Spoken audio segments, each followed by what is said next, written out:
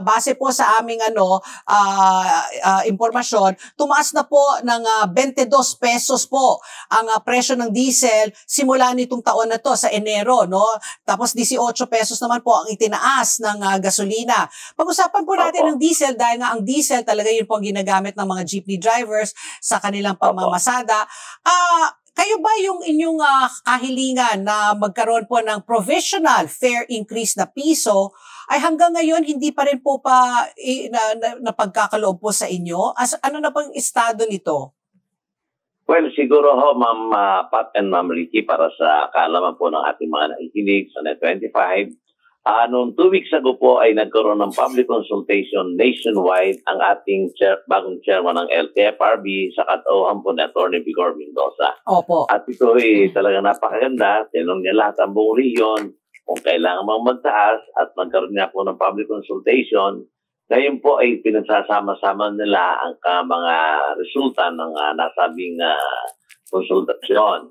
At totoo po yung binanggit nyo, sa aming kwentado naman, nasa 23 something na po ang itinaas since January of this year.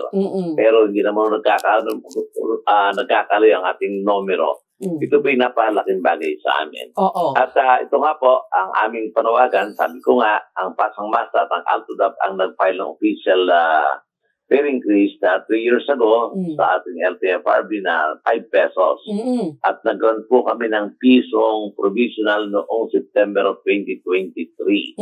Until then, Ma'am Pat and Ma'am Ricky at sa mga nakikinig po, wala pa po kaming naidadagdag na pamasahe. Talagang napakabigat na po sa amin to.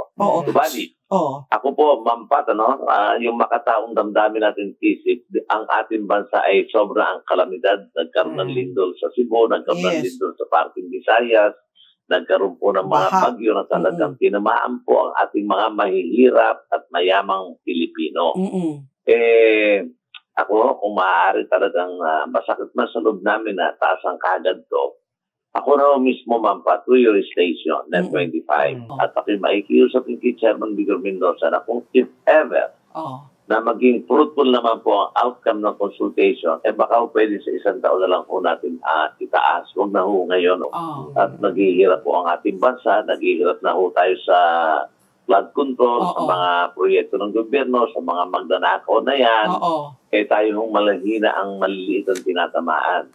Kanya, Ma'am Pat, Ma'am Ricky, through your station, ako po'y humihingi ng pangunawa at nararamdaman ko po kung gaano kabigat ang piso, nararamdaman ko kung gaano kabigat ang 2 piso sa isang tumatanggap lamang ng kanilang minimum wage. Kanya, kung man po'y magkaroon ng approval, ako na mismo ang magsasabi kay Chairman Vigor sa 1 taon na natin i-epekto yan para makatulong din tayo sa ating mga nahihirap na kababayan. So, Ka-Obet, para lang maklaro, piso rin po, hanggang ngayon, piso pa rin ho ba ang hinihingi yung provisional fare increase? O kasi may binanggit ka na 5 piso, no, nung nakalipas na ilang taon. So, kung sakali po, pagbigyan po kayo ni Vigor Mendoza na LTFRB, ano ho bang hihingi ninyo? Piso, 2 piso? Magkano sa tingin nyo po ang katanggap-tanggap sa mga mananakay at sa inyo po? Kagaya nga po ng ginagawa namin, talagang sabi ko nga ng mga interviews ko sa mga ibang istasyon ng mga nagdaang linggo at buwan, piso lamang ho, pansamantalang pagtaas, pansamantala lang po na kung mag-normalize, ibalik po natin sa dati. Kapagkat naunawaan po natin ang mga katatayuan ng ating mga kababayan, Ma'am Pat and Ma'am Ricky. Yung piso lamang po, kung sakal pa pagbigyan kami.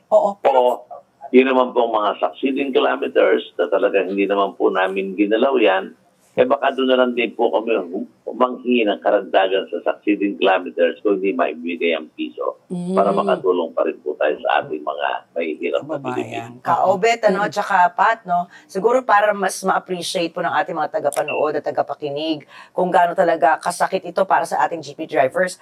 Correct me if I'm wrong po, Ka-Obet, pero about 50% po ng, kumbaga, operational cost po ng mga jeepney drivers po natin ay ang gas, ang petrol, kumbaga.